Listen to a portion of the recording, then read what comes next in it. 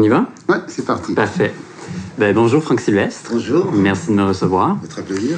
Puis donc, alors aujourd'hui, on est sur le point de faire une entrevue en lien avec le lancement de votre dernier livre, L'incroyable secret de Barbe Noire, qui vient de paraître chez Planète Rebelle. C'est ça.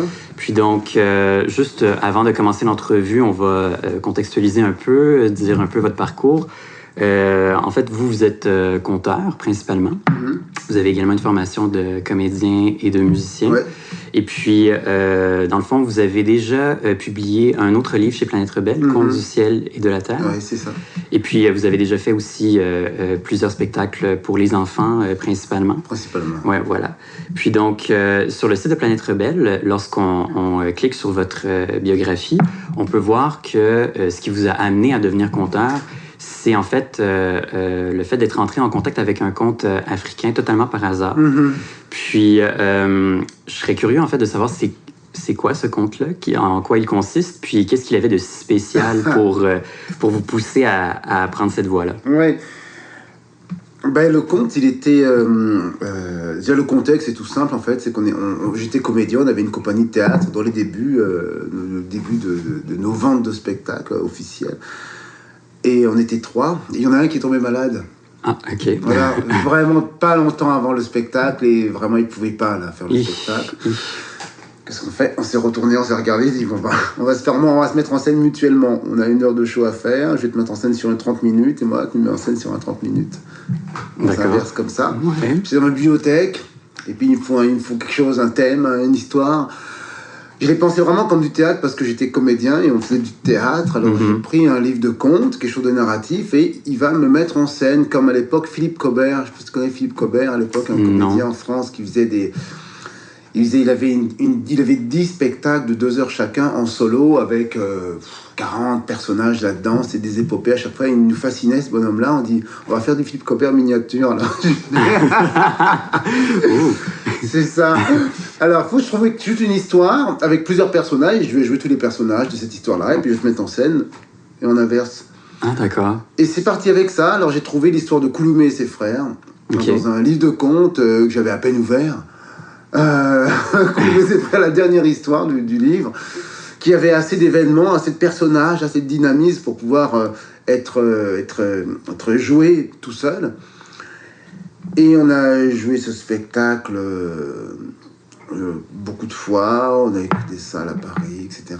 Et de mon départ au Québec, j'ai pris ce spectacle dans ma poche parce que je pouvais jouer tout seul, sans accessoires, sans rien, sans lumière, besoin de rien, un peu comme du conte, mais sans le savoir. J'ai besoin d'un petit espace et tout était incarné dans le corps. Tous les personnages avaient une posture, une voix, un peu du dessin animé de cartoon, avec un narrateur qui met en contexte et qui ferme l'histoire après, mais tout le milieu, c'était un cercle fermé. Et puis j'ai été engagé à mon arrivée à Montréal par j'oublie son nom, mais qui organisait la cabane magique au temps de Noël. Ok, d'accord. Ouais, il montait une grosse cabane dans le parc La Haye, là, au coin de Saint-Laurent et Saint-Joseph. Et il m'a invité à donner ce spectacle sur une 20aine de représentations à l'intérieur de son gros spectacle qui comptait une 10aine d'artistes en 2 parties, 2 fois. C'était à 15 minutes dans l'intérieur du spectacle. Et André Lemelin était là. Ah, d'accord. J'oublie si je l'avais déjà rencontré 1 fois ou 2 avant. Mais c'était vraiment pas beaucoup avant. C'était en quelle année, excusez-moi? Boy. Ça doit faire très longtemps. On est encore en 4 chiffres. 95 peut-être. Ok, d'accord. Donc c'était vraiment au tout début de Planète Rebelle en fait. Oui, aussi. Ok. Et puis il me dit viens le faire chez nous, on a une place sur Saint-Laurent, là pas loin, c'est le sergent recruteur. Je dis avec plaisir, peut-être en janvier, quelque chose comme ça, février, j'étais là-bas et puis j'ai fait Kouloumé. Et puis Jean-Marc Massy est venu me voir, il me dit mais t'es conteur toi. Dans mes yeux ça devait souvent vouloir dire je suis quoi. Vous en aviez jamais eu conscience auparavant que vous étiez conteur en fait? Non, vraiment pas. Pour moi, c'était du théâtre et c'est tout. Et puis alors, je suis retourné au Sergent parce que c'était super agréable, on était vraiment bien, c'était notre maison, dimanche soir, on était bien d'être là, Claudette, tout le monde buvait des bières, on s'écoutait entre nous, fabuleux. Et à Air Force, on pensait Marc, on était tous une époque où on cherchait en fait, on cherchait à comprendre comment raconter, c'est quoi le conte, comment se positionner.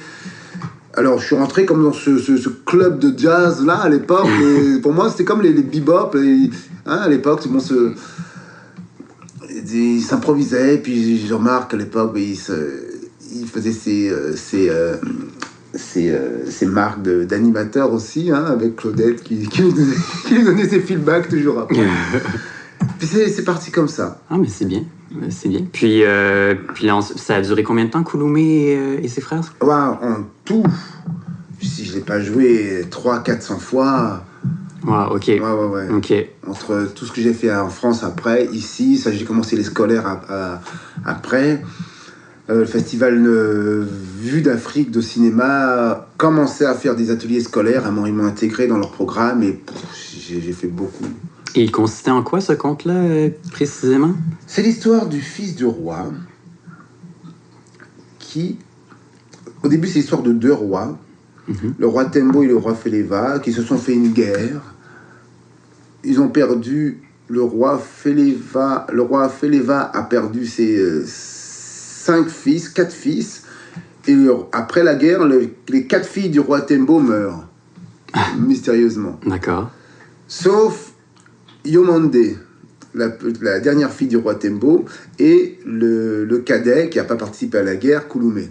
Ils ont chacun un enfant. 3 oiseaux arrivent dans le village de roi Feleva et ils repartent au matin. Pendant plusieurs jours, il y a un vieux du village qui dit c'est étrange ces oiseaux qui viennent et qui repartent. Feleva envoie son fils chercher les oiseaux. Il dit va chercher ces oiseaux. Oh, lui, il est tanné, toujours moi qui fais tout dans ce village. Ça va quoi d'être le fils du roi? Il va chercher les oiseaux. C'est là où je m'amusais beaucoup, c'est qu'il y avait beaucoup de mise en scène dans les oiseaux qui volent, etc. Sur le plateau des chèvres, il va chercher les oiseaux, il se fait attaquer par un espèce d'ogre, de monstre, il se cache, le monstre meurt, un génie arrive, il arrive à tuer le monstre, un génie arrive et lui raconte son destin, qui va épouser Yomande, la fille du roi Tembo, c'est son destin. Mais il lui donne les 3 recommandations. Quand tu es chez lui, ne bois pas de son vin, ne te couche pas sur une natte et ne dors jamais seul. Une 3e chose à ne pas faire. Il arrive chez Feleva, chez Tembo. Il évite les pièges de Tembo parce que c'est les pièges qui tend à tous les prétendants de sa fille. Il finit par avoir accès à l'information que oui, c'est bien, tu mérites Yomande, mais elle n'est pas là. Elle s'est fait enlever par le dragon Impulzi hier. Oh là là. Puis encore d'autres péripéties par la suite, alors.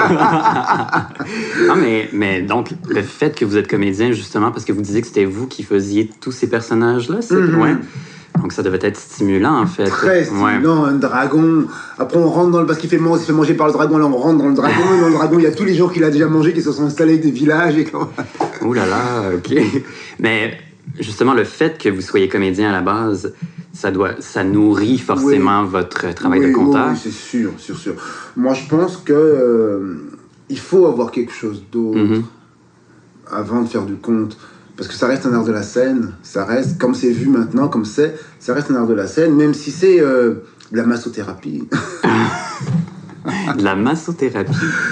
Oui, parce que je trouve qu'il y a un calme, si c'est fait vraiment dans l'art, c'est ça, il y a quelque chose qui sert au conte. Okay. Après, voilà. Et alors après, ça définit le conteur qu'on a, l'ancien massothérapeute ou le massothérapeute. Quand je suis en face de lui, je suis bien, c'est comme il est calme. Ok, donc il faut pas non plus, faut pas aller dans tous les sens. Il faut quand même garder l'auditoire avec soi. Ça puis, peut aller dans tous les sens si c'est ton style, mais il est ancré dans une pratique. D'accord.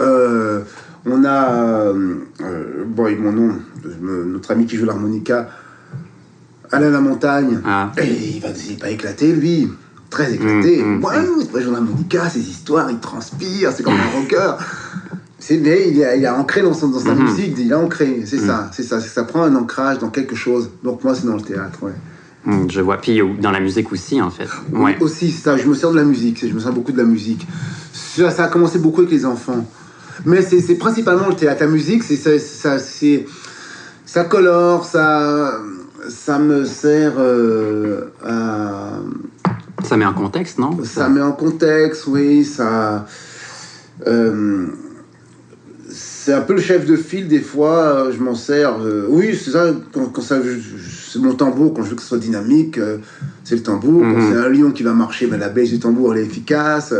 Quand c'est mystérieux, un tambour. Oui, c'est ça, je me sers de ça aussi. Vous jouez beaucoup d'instruments, en fait? Oh, pas vraiment, je suis un touche-à-tout. OK. Mon instrument principal, que j'ai beaucoup travaillé, c'est la batterie.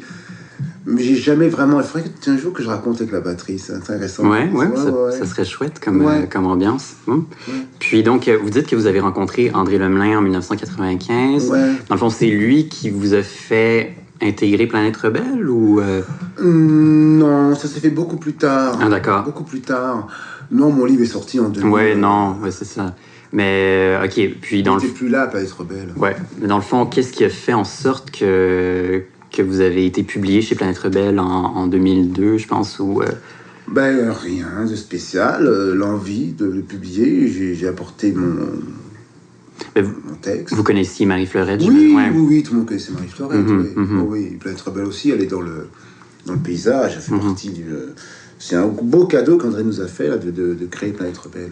Mais donc, c'est pas elle qui vous a dit tiens, ce serait chouette qu'on publie quelque chose? Oui, c'est toujours un peu comme ça aussi. Okay. Hein. Je sais plus trop comment ça s'est fait, mais oui, c'est ça.